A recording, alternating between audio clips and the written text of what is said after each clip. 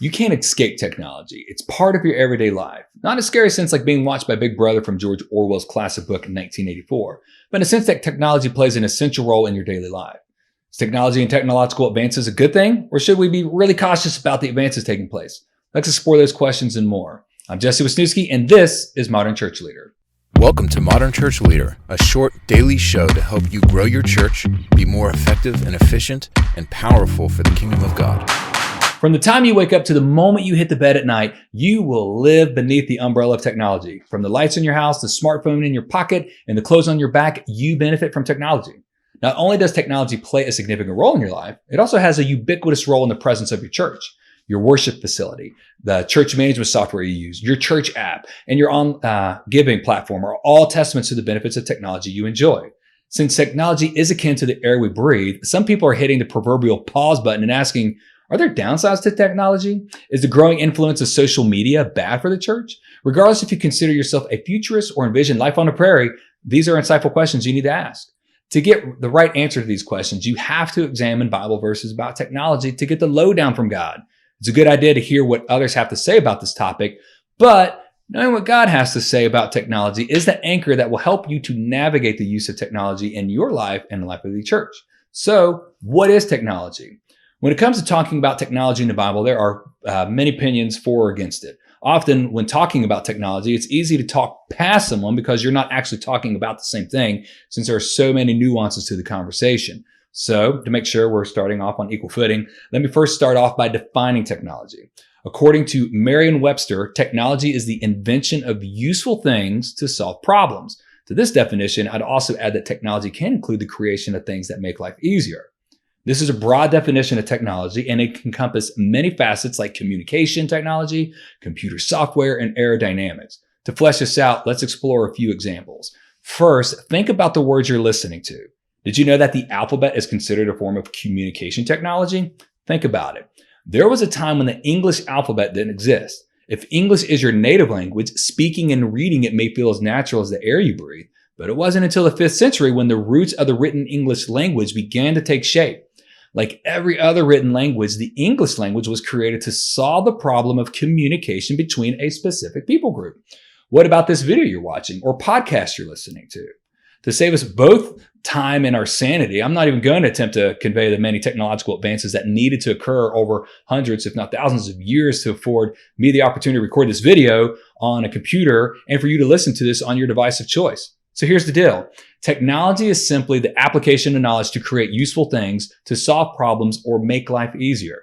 So, for better or worse, this means it's nearly impossible for you to avoid the influence of technology.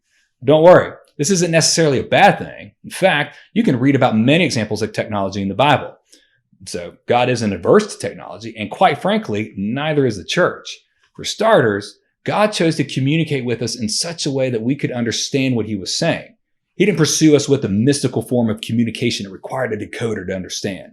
God chose to reveal himself to us through the languages we developed, in particular, Hebrew, Aramaic, and Greek, which are the 3 languages used to write the Bible.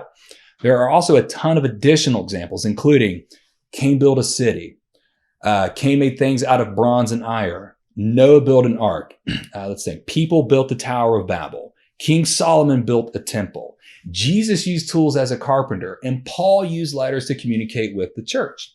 So God isn't a hardliner when it comes to using technology to further his purposes. In other words, he isn't entirely for or against technology. For instance, in sharing the gospel, we find one of the most defining marching orders for the church in Paul's words to the church at Corinth when he said, "To the weak I became weak, that I might win the weak. I have become all things to all people, that by all means I might save some."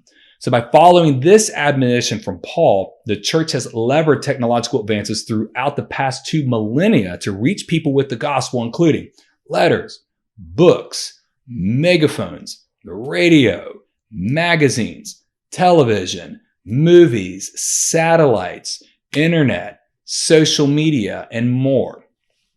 I understand there are discussions surrounding the pros and cons of different types of communication technology, most notably today, the influence of social media. But regardless of what you think about the impact of social media, here's what you need to know about the church's use of technology throughout history. The church could not have reached as many people with the gospel without the benefits of technology. So not only has the church benefited from information technology, but the church has also benefited from other forms of technology, including engineering technology, such as your worship facilities, medical technologies, medicine, medical equipment, computer software, your church management software, mobile giving, transportation, cars, vans, buses, you name it. So today, from social media and the internet, there's an explosion of new innovative communication tools your church can use to connect with people. How much time or money you devote to these tools will depend upon the bandwidth of your staff, volunteers, and budget. But as you use these new tools, there are two significant limitations to technology you need to be aware of, which leads us to the next point: the limits of technology. There are countless benefits technology has provided. Over the years, we've observed a decrease in infant mortality, an increase in life expectancy, an increased access to clean water, greater access to education, an improvement in transportation, an ability to connect with anyone, anywhere, at any time. There are many problems technology has solved, and there will be many more problems remedied by technology in the future. But despite the progress we've made with technology, there are two glaring problems it cannot solve: the need for the gospel and the need for face-to-face community. Advancements in communication tools can help us share the gospel, connect with more people, and stay in touch with our family and friends. But technology cannot share the gospel for us or replace the need for in-person relationships.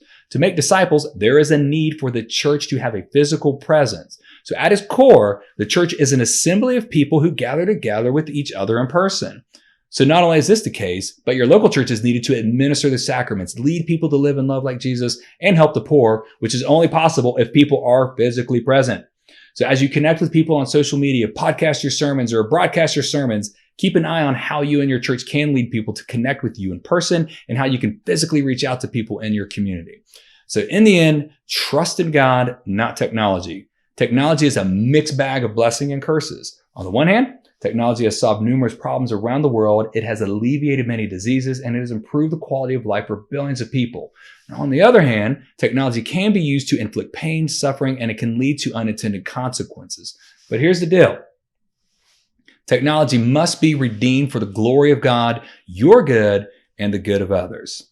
Technology cannot be simply rejected, demonized, or even mindlessly accepted and used. For your technological usage, you need to do so discerningly and with an open hand, knowing that technology is not a solution to every problem, but it is a vehicle to share the gospel and do good for others.